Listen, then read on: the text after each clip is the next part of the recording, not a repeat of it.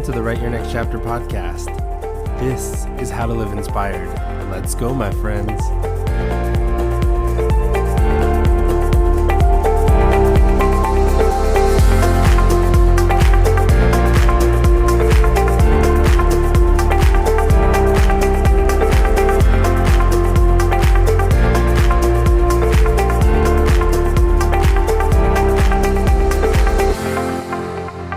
We're so excited you could join us again. I think back to when the idea of Write Your Next Chapter first entered my head. I wanted to bring color and vibrancy into other people's lives. When we teamed up to create this podcast, we knew we could bring together heartfelt stories, motivational talks, and so much intention to inspire others joining us on this journey. Yep, we just wanted to give you a small glimpse into living your best life, or just that nudge you needed to start thinking about your next chapter. Now, let's get on to today's episode.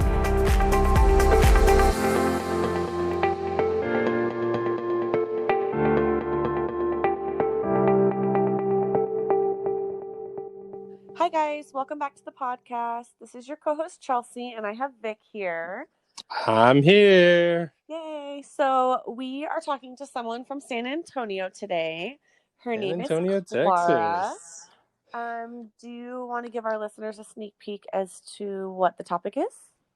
Yeah, definitely. I was excited when we came across Clara and her business, mainly because she's from San Antonio. My family lives out in San Antonio, so I immediately felt like we had a connection there.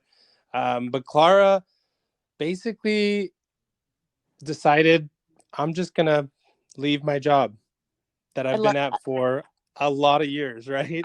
I think she said like 17 to 20 years. Yeah, and it's crazy because for most of us, like, that's a security blanket. Like, when you're with the company that long, like, it's hard to make a decision to leave, right? Oh my gosh, that's got to be super nerve-wracking. But she has an amazing support system. She has a really strong faith that's backing her decisions as well. And I think what's really cool about this one that's hopefully inspirational to other people is that she has continued to be successful during all this pandemic and still found family time. So she just has like a really good balance.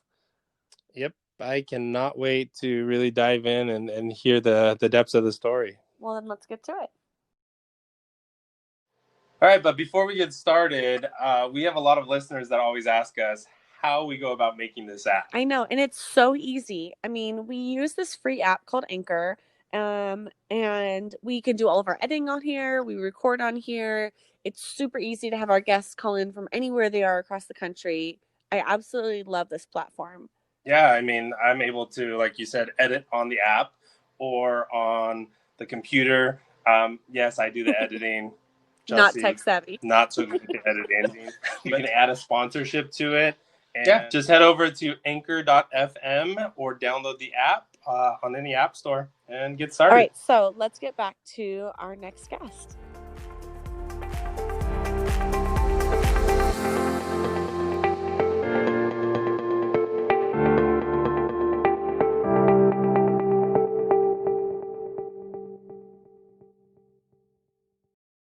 Hi, guys.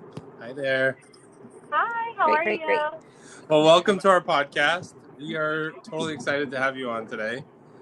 And really, I mean, the goal is just to inspire people through other people's stories. And I came across your story on social media, and I was inspired just by the hard work ethic, passion, and everything behind really what you've been doing. And I can't wait to hear more and share that with the world. So you're calling from San Antonio, correct? Yes, I'm in Texas. So my mom actually lives in San Antonio, nearby. Awesome sauce. Are you being safe? I know that downtown area with the protests were a little rough out there. Fortunately, I'm not around the area. San Antonio is pretty big, so I can still be 18, 20 miles away from a lot of things and still be within San Antonio. But I actually used to run markets at Travis Park. I think that's where they're having, everything that's going on. But, so it kind of feels like I'm in a different world over here where I'm at, even though I'm still in San Antonio. That's good. At least you're being safe. I've been to San Antonio a handful of times, and Like it's big. It's big. My mom lives out near Six Flags Fiesta Texas and SeaWorld, so that's like the northwest part of San Yeah, Antonio. SeaWorld is pretty much my backyard, so we're in the same area. Wow. So you're in the same area, definitely. I've been out there just a handful of times. I wish I knew the area better. So you're not from here? Awesome. I'm not. Nope. I was born and raised in Southern California. Oh, wow. But my family is from Texas, from down south, Rio Grande City, McAllen area. Okay. And my mom moved back to Texas probably about 10 years ago. Yeah. And she loves it. She would not come back to California. I don't blame her. I love it here. I love San Antonio, the culture, everything. It's just where I feel I fit in. I'm still very much in my own little bubble over here. And when I have traveled, I just feel like, okay, I want to go home right away. All right. So for those that might not follow you on social media, you started your own business. But before that, you were working a corporate cubicle job. So give us a little glimpse into what company was that, and for about how long did you work a corporate job before you decided to open up your own business? So I started working at what was AT&T when I left, but it was Southwestern Bell at age 19. And then, of course, Southwestern Bell, we started buying out all the baby bells, so like Pacific Bell, Ameritech, all those bells that split up in 1984. And then we eventually bought AT&T, and because AT&T was more known worldwide, we changed our name from SBC to AT&T. So I was with them for about 17 years, and for about a period of 3 years, my final 3 years with AT&T, I wasn't happy anymore. It was just a lot of off-age drama. I was bullied a lot by a lot of older women. So at the time, I had coworkers that had more years of service than my age. And I'm already 40 years old, and I left almost 4 years ago. So I think it's just people that are stuck in the office, and they don't know anything else outside of a cubicle. Nothing else to fall back on, education or side hustle or anything. So I think in general, people, they just get jealous of each other, and they don't clap for you. And I was just so tired of the drama. I was always a hustler at work, doing a lot of events to raise money for children that were battling cancer. I did that for many, many years, was able to raise lots and lots of money. I'm talking like 50, 60,000 a year. And when the office environment started changing towards on the bad side of me, it started making me sick physically, where I just didn't want to be there. And I started making wreaths for my home and making decor, and it just grew from there, having an online coach that taught women how to grow their business and what to do, what not to do, and how to put ourselves out there in social media. And I will tell you, I'm probably one of the first people that jumped on board with Facebook Lives, that started going to the Hobby Lobby and hiding my phone and showing people around the store what you could make with this and put this together, and take them shopping with me in my shopping cart and taking them all around the store. So I think what we forget is that social media is literally people's TV. Sometimes you have people that are afraid to go outside, for whatever reason, or they don't they're not able to get out of their home because they're disabled. They might be sick in the hospital, or they might have experienced a death, and it's kept them from socializing because they're in a deep depression or for whatever reason. So Facebook Lives is that window to the outside world for a lot of people. So, having them see me shop at, the Michaels or Hobby Lobby or Home Goods or wherever, that can be people's outing for the day. Stores that they'll never see in person. So essentially, they're living vicariously through you by watching. Yes, these because videos. I just didn't share me making decor. I also shared my children, my husband, my life, my family.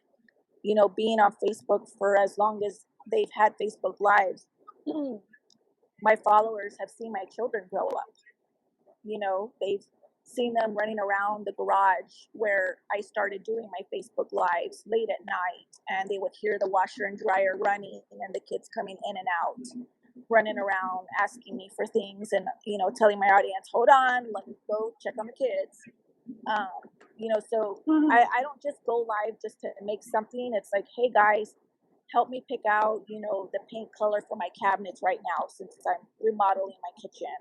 Or here's a video of my dog that just got attacked by our other dog. And people, they follow my dogs too. So it's just basically my own reality show on Facebook, and getting people to like, know, and trust you to the point that they want to buy from you. When people know who they're buying from, then they're more likely to support you with whatever you put out there and building your brand. So I have Mexican blood in me, that's my culture. And, very colorful, very passionate, flamboyant person with my personality and stuff. And people following me for so long, seeing that I have a lot of color in my designs and stuff, and wanting what I wear, wanting, the earrings I'm wearing, or the shirt that I'm wearing, or, serape fabric. People didn't know what serape pattern was before. They didn't know that it was basically like a leopard print or a zebra print. Serape is also another type of print or pattern. And people wanting everything serape because I built my brand off of, being a very colorful person. Yeah, you totally hit the nail on the head there. It's truly about that connection piece, and I can speak from the sense of going through your social media accounts and looking at some of the comments. I mean, you had customers who were from all other states saying, as soon as I come to Texas, I want to visit your boutique. I want to visit your brick and mortar location. So it truly shows that having that human connection and being vulnerable, especially on social media, is really helping you build that following and ultimately build your business. So I think right now, with a lot of things that are going on in the world, people, they want something positive. They want something that they can possibly relate to, which is, a real human that did something very hard and scary, and made it work. Because when I left AT&T, even though, and I didn't decide to just leave one day and be like, bye, I'm out of here.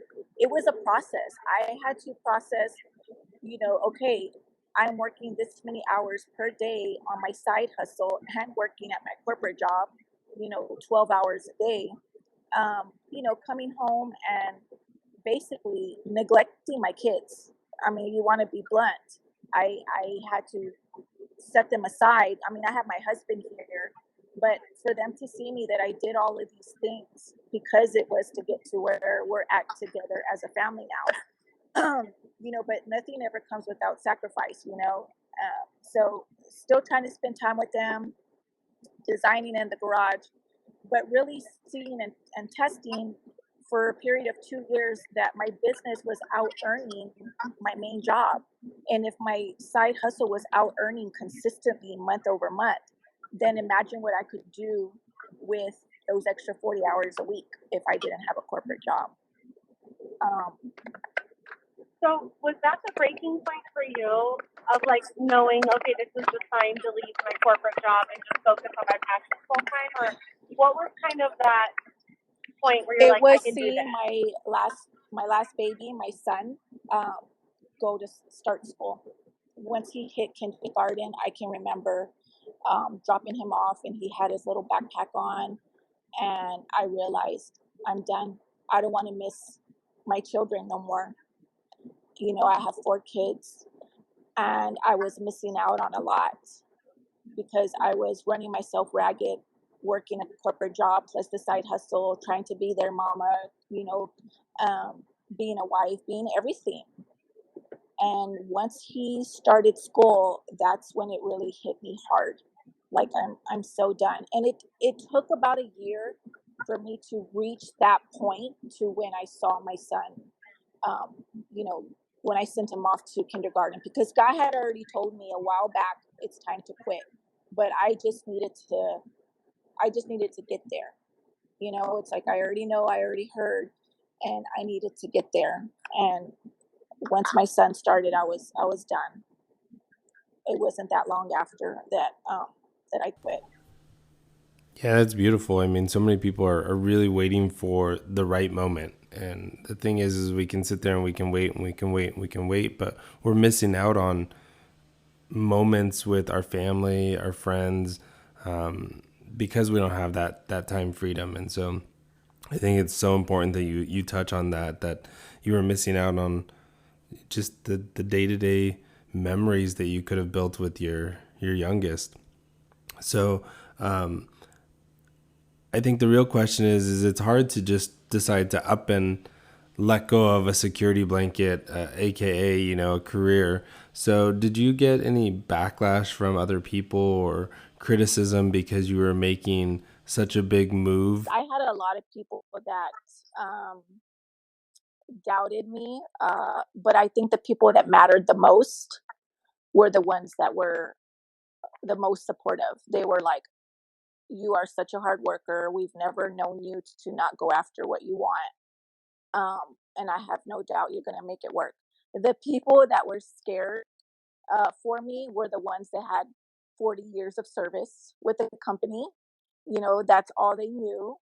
Um, you're going to leave 3 years too soon. In other words, before I hit a full pension.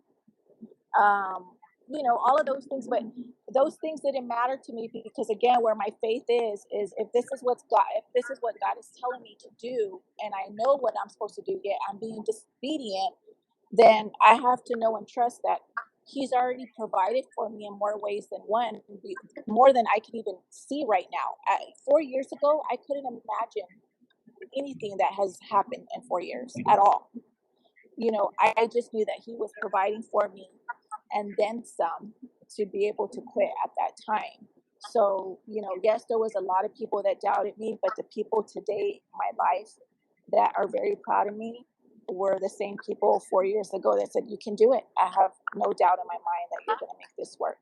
And, my husband being one of my biggest cheerleaders and investors, he's a monetary investor in my business, our business. Phenomenal.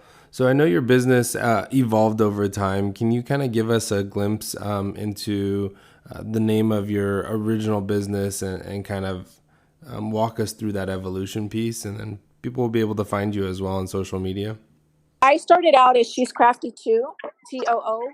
So it's like I'm a mom, I'm a wife, I'm crafty too, because a woman wears lots of hats, right? So it's just like, on top of that, I'm also crafty. So that's where I built my following, is on Facebook as She's Crafty Too.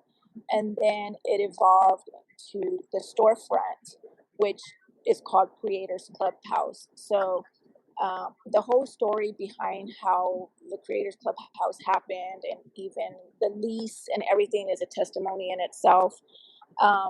But the whole idea of Creators Clubhouse was to be able to have people come in and it be a place where we can hang out, we can do, arts and crafts, take classes, whether they want to make a sign, paint furniture, do, a DIY studio, right?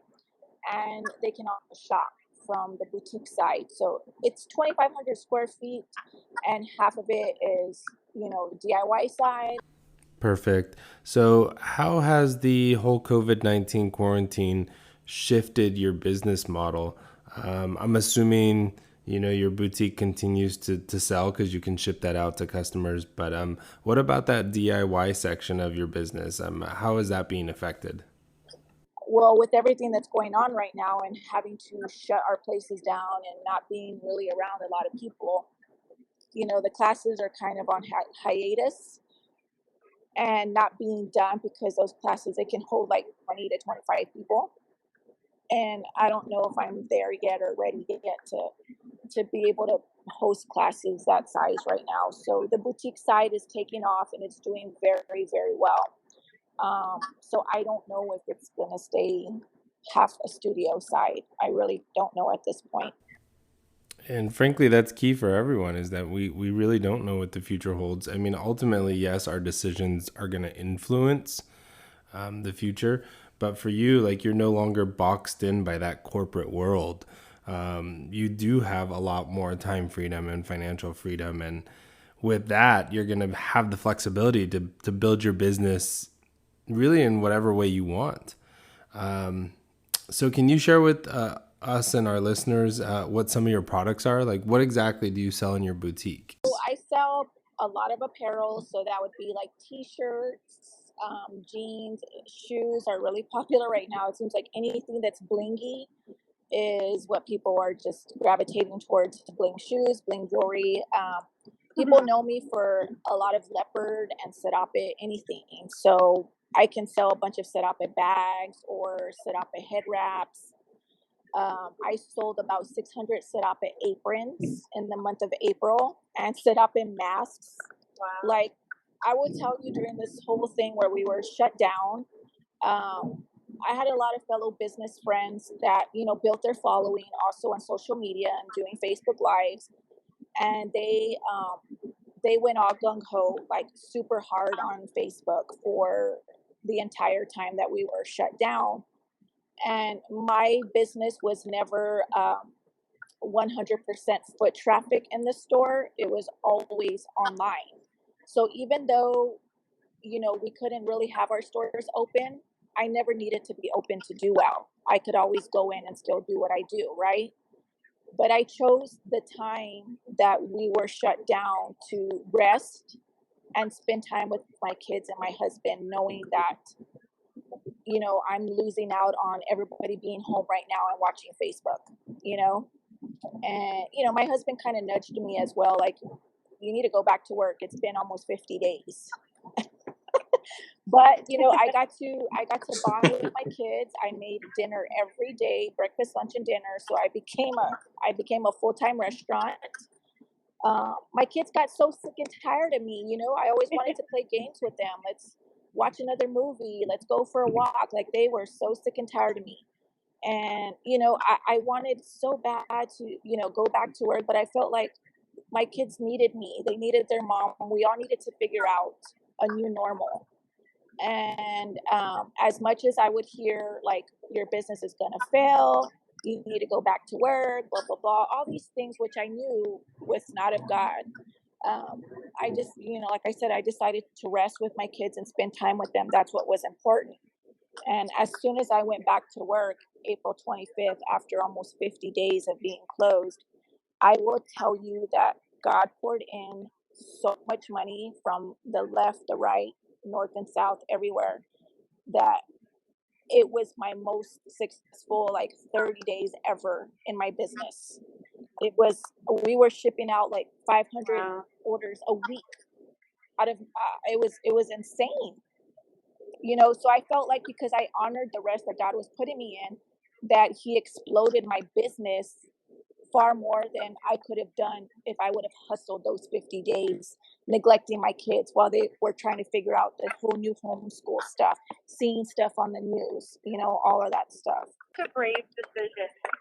I can't even imagine, like, I could just picture that being nerve-wracking. And I know you had mentioned that your husband was kind of nudging you about going back to work too. So I commend you, because it's got to be a hard decision to make, knowing that everyone's stuck at home, like you're saying, like, they're using Facebook as their outlet and choosing to, like, remain present for your family instead. And I'm so glad that paid off for you and that you've been rewarded in that way and you were successful through that.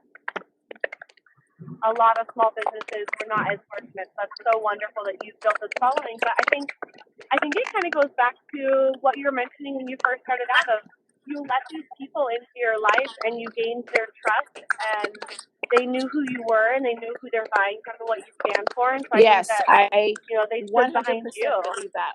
I think a lot of people had to shift their business really, really quickly.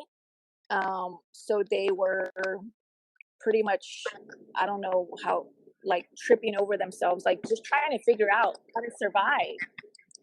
And so I think we need to be I can't say it, well rounded. That is so hard for me to say. I don't even speak Spanish, but my tongue thinks it does.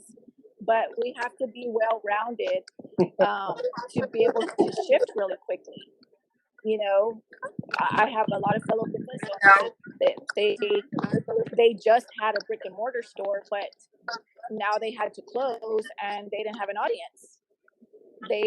How are they going to reach their people for curbside pickup or show their product if they have never done a Facebook Live? So what exactly is the next phase of your business plan? Like, what does that look like? Walk us through that. I honestly have no idea. Like, I think, like right now where my business is going, I don't think I'm going to be doing as much decor as what people know me or, to be or recognize me from. I will still be doing decor, but not like I used to, where I used to do Facebook Lives literally every day, making something, showing them how they can make something out of nothing. It would be amazing if I had a huge warehouse and I'm shipping out not only all over the US, but all over the world, but again, I'm still trying to figure out myself. I've got a total 5 employees, including myself. And even with just us, we're just bumping into each other at the store, like trying to figure everything out. And you got people over here that are recording videos, and now we're doing TikTok, and we got to ship, and we got to make commercials or clips for the local TV station. It's crazy. Every day it's crazy. Well, that's called success, and I'm so happy that you get to continue to relish in that. And before I get to my next question, I definitely want to plug in your TikTok handle, because you just mentioned that you guys are doing TikTok, and I went in and I looked at some of those videos. I absolutely love them. So if you're not already following her, you can go onto TikTok. It's Creators Clubhouse SA for San Antonio. So Creators Clubhouse SA. So then that leads me to my next question. Where did the product inspiration come from? Was it cultural? Was there some faith inspiration behind some of the product design? So walk us through a little bit of that. We all get inspired by something, right? Whether we're, I don't know, Pinterest or just out and about, or just even our own background, our own culture. But I will say, from the very first thing that I designed to now, it has been self-taught. So I never really had like a design coach or anybody teach me how to do these things. Whereas me, I did have a group that showed people how to design stuff, and they paid me every month. So there's a lot of Facebook, paid groups out there. But another thing that I give a lot of credit to is, I've had a crazy life. I've got a lot of hard moments in my life and things that God brought me out of, and where I changed my life, and just, I share all of this over the period of 7 years to my followers. So if there's something I haven't shared, they've probably saw. But, honestly, putting on my Jesus music in the garage, and sometimes not even going live, just like, what, God, I don't even know what's going to come out of my hands, but you're the ultimate designer, you're the ultimate creator. And him really working through deep parts of my life that needed healing and needed processing. And in the meantime, I was creating something with my hands, whether it be a garland or, a wreath or a centerpiece, just really anything, And so a lot of my work does come from just, I'm the vessel, and God, let's see what you're going to make today. And like I said, in the process, healing certain parts of my life where, I would be crying while I would be making something, because it's like, okay, God, you're ministering to me through ribbon or through florals. It might sound silly to some, but that's my faith, and nobody can shake me from that. And that's the foundation of my business. And I think that's why a lot of people follow me, is because I don't give myself any credit at all, other than, it does take hard work, but God opened doors that no man could.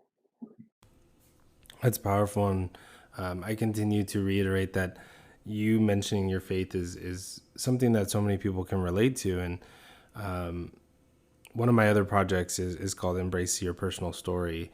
And I truly believe that once we start letting go of things that no longer serve us, we release that negative energy and we're able to start healing. And as soon as we let in that positive energy, the creative energy just skyrockets. And you just painted the perfect picture of that, of being in the moment, listening to music, faith driven, and crying at the same time. And really what that is it's part of that healing process, and it's beautiful what creative outlet comes out of that. And I noticed that too, TikTok's a whole new world for me. Like, I'm just like, who am I? I'm 40 years old with 4 kids. I don't belong on TikTok. Like, I have enough to deal with already with my other social medias. But TikTok, yes, it lets me be the other side of me that you don't see on Facebook, which is the funny side, which I've always been funny, but in spurts. In other words, these little musical clips and things, and relating it to the boutique life or being a boutique owner. Because I could easily show TikTok, my family and what I've shown people on Facebook, but I don't want to do that. I want to keep it for the store and relate it to the store, the life of a boutique and how a boutique runs behind the scenes, its employees, its owner, the people that come in and out, all of that stuff, the product, and really looking at comments and seeing, okay, TikTok's a different world. I got to keep some stuff to myself because I feel like I'll get trampled on, So I'm a person that doesn't do well with choreography. Like, I tried Zumba at one point in my life and I couldn't do it because I had to watch somebody and then translate it back to my brain the opposite way, or look at a mirror. And I can't do that. I have to dance to my own rhythm and my own beat. So when I'm doing these TikToks, I tell my girls, I feel so stupid. Like, I don't know how to dance. I know how to dance. I just can't do these choreographed, 1, 2, 3, you got to do this, do that. So you'll see me a lot just doing my own dances to whatever. But, like I said, I want to bring people into the boutique life and what it's like to be an owner and the employee. Or, I did a TikTok where the mannequins are talking to each other, in the store, and I'm looking at an outfit of the day and mannequins are saying, like, she doesn't see us, So I have a lot of TikTok saved, and when I tell my girls, this is what I'm going to do with this one and this is what I'm going to do with that one, they laugh because I come up with these ideas, like, for the store, not for myself. All right, let's just be real. These kids have a wealth of knowledge when it comes to social media fads. Do you feel like it's a huge benefit for you to have younger ones around to go like, hey, Mom, this is what we think you should do? I have a 10-year-old, and she's a 5th grade student council president. So we all know that's a popularity contest, right? So, but she's really, really smart, and she keeps telling me, Mom, let me do your social media or whatever. Well, she got a trophy for I don't know what the trophy was for at the time, but I told her, is this for you saying the announcements every day? She got offended. She's like, Mom, I'm the social media manager.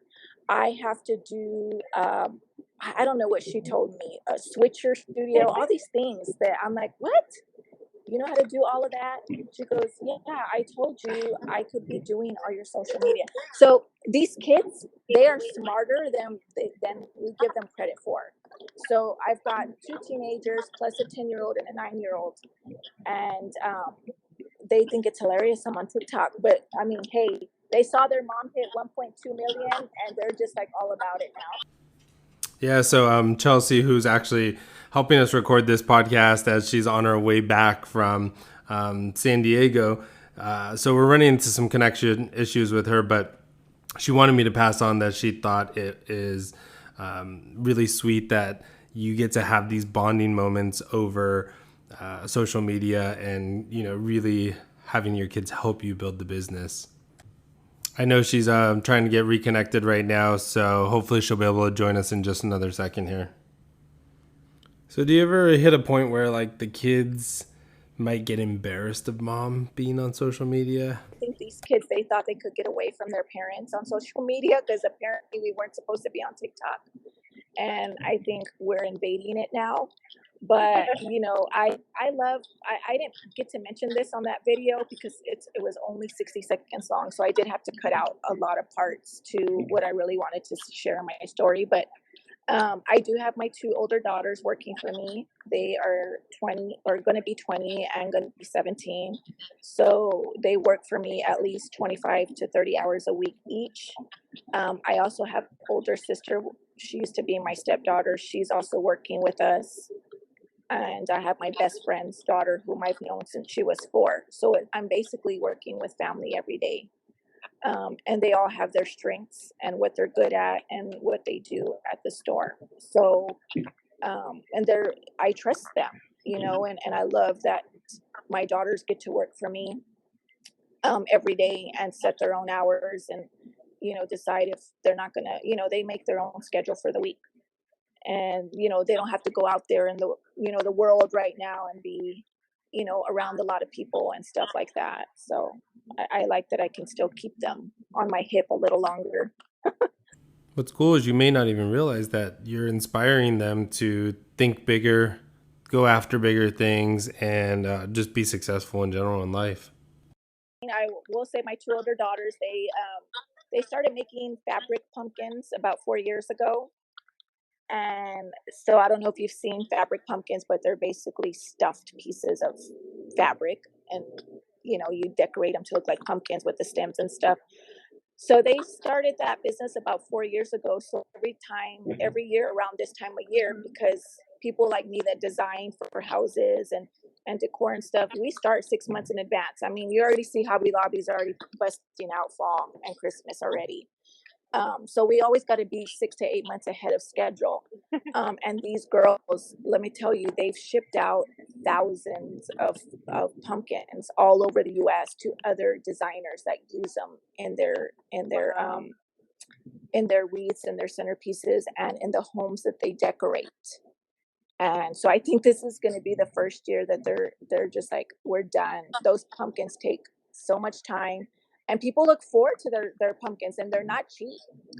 And they've been able to make thousands and thousands of dollars off those pumpkins. But I think they're going to take the year off this year. They are over pumpkins already. So yeah, it's really inspiring to hear the kids have started their own business. And even if it's as simple as something seasonal like pumpkins, it's still phenomenal to see that they have that same drive as you. So it does look like Chelsea's connection is back online. So we'll get her back here in a second. But when it comes to important lessons or, areas of business that you want to instill in the kids, what do you feel is the most important thing that you want them to take away from all of this? I think it's important to, let your kids see you work hard for stuff and not always just hand things to them. Because I've been working since I was 16, and I've taken care of myself and provided for myself since then. So I've always had it in me to work hard for things that you want. And so there's no way, being their mom, that they're not going to not see that. And, reminding them that, yes, you sacrifice some things, but in the end, it's all worth it when you're doing what you really love and you're able to take care of your family. It's always going to be hard in the beginning. My daughter's going to school to be a nurse right now. She's already in her 2nd year. And whatever she decides to be, it's going to be hard for her. But when she finally gets to that dream job that she wants or whatever, all those years that she went to nursing school and studied hard and missed out on, hanging out and being at parties and stuff, which that she's not that person anyways, it'll all be worth it. So cool just to also know that we're states apart, but yet we have so much in common. My younger sister's actually studying to be a nurse at UT Health, I believe. So really cool there too. But Congratulations and kudos to your kids and the work ethic that you've instilled in them. I think that's absolutely phenomenal. So it looks like Chelsea's running into some more connection issues and technology issues. So we're going to go ahead and wrap this up. But I do want to ask one last question, and that is, what advice would you give someone that's really struggling with making the decision to leave that security blanket and go after their passion, go after building their own business, go after chasing their dreams? Like, what is that one piece of advice you want to leave with them? Definitely make sure it's something that you're passionate about, that if you want to start your own business. I did see a lot of people say they don't know what they're going to do. They have nothing in mind. I can't answer to that because that to me sounds scary. I've always had a plan, and I had some type of direction, and my direction was doing home decor, and then eventually my business shifted. But definitely have some type of passion for something, because if you are passionate about something, you're going to work harder for it because you really truly believe in it. You believe in yourself, and don't listen to the naysayers. Those are ones that are always, that are scared, and they're not living your life. They don't know your heart and the drive that you have for something that you want to pursue, and prove them wrong. You're going to work harder as your own boss than sitting in a cubicle every day pointing and clicking at customer accounts, which is what I did all day. And just set your mind to really go after it. And, like I said, my main thing is always including God in all my decisions. In every direction I've done in my business, He's been a part of it. I don't make any hard decisions. I don't do any investments. I didn't decide to open a 2,500 square foot store because let's give it a try. No way.